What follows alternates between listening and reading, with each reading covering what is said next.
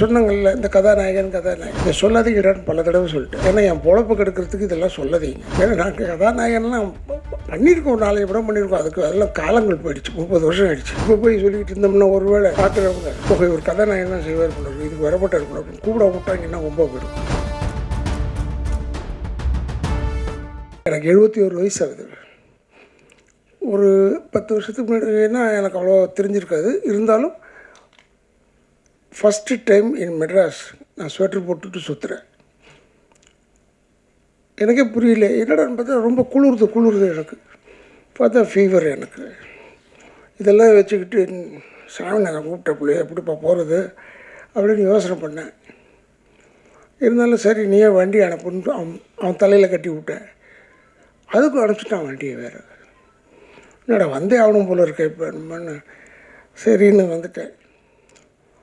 பட்டு I know is a very good music director. ஏன்னா அதில் அந்த கடைசி தொட்டால் நானும் அவளும் அந்த பாட்டு இவர் பாடியிருக்கார், பிரசன்னா பாடியிருக்காரு.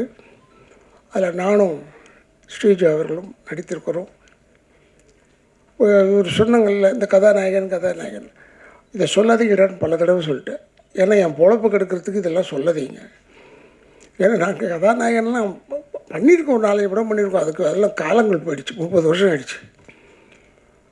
இப்போ போய் சொல்லிக்கிட்டு இருந்தோம்னா ஒருவேளை பார்க்குறவங்க ஓகே ஒரு கதாநாயகன் தான் செய்வார் பண்ணுறது, இதுக்கு வரப்பட்ட இருக்கணும் அப்படின்னு கூப்பிட விட்டாங்கன்னா ரொம்ப போயிடும்.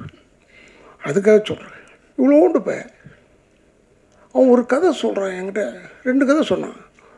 ஒரு கதை நல்லா இருக்குப்பான்னு சொன்னான். இல்லைண்ணே நீங்கள் தான் நடிக்கிறீங்க அதில்ன்னு சொல்லிட்டான். ஆடப்பாமா சொல்லியிருக்க மாட்டேன் நான் நினச்சிக்கிட்டு. ஏன்னா திறமை எங்கே இருக்கோ தேடி பிடிக்கிறான் சாமிநாதன். மற்ற விஷயங்கள்லாம் விடுங்க, திறமை இருப்பது வரணும்ல சினிமாவுக்கு. இவங்க போனவங்களாம் வரணும், சின்ன பசங்க எல்லோரும் வரணும். இந்த பின்னாடி ரோலில் ஒரு 3 பேர் உட்காந்துருக்காங்க, ஒருத்தனையும் தெரியாது யாருக்கும். அவங்க தான் எடிட்ரு, ஒருத்தர் வந்துக்கு டைரக்டரு, இப்படி இருக்காங்க ஒரு டீம். அருமையான டீம் இது பாராட்டுக்குரிய டீம். நான்லாம் அவங்களோட நடிக்கும் போது யாருக்குமே எந்த தொந்தரவும் கொடுக்க மாட்டேன். ஏன்னா நான்லாம் தொந்தரவு கொடுக்க ஆரம்பித்தா ரொம்ப கஷ்டம். அதனால தான் கொடுக்குறதில்ல. வந்தால் கவனம் உட்காந்துருக்கிறது, அவங்க எப்போ கூப்பிட்றாங்களோ போகிறது. ஆனால் அவங்களுக்கும் அது மாதிரி தெரியும். இவர் ஏன்னா கொடைக்கானலில் 7 மணிக்கு போய் நிற்பேன் ஷாட்டில். அது ஒரு வியாதி நமக்கு.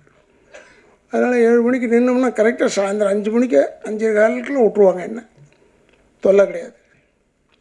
ஆனால் என்ன எனக்கு பிடிக்கலன்னா 4 நாள் கேட்பாங்க, ஒரு நாள் தான் யூஸ் பண்ணுவாங்க. மெட்ராஸ் போயிடுங்கன்னு சொல்லுவான். எங்கடா இருக்குது மெட்ராஸ், எங்கே இருக்குடா கொடைக்கானல், என்னடா பேசுகிறீங்க? செய்திகளை உடனுக்குடனும் துல்லியமாகவும் தெரிந்து கொள்ள சப்ஸ்கிரைப் பண்ணுங்கள்.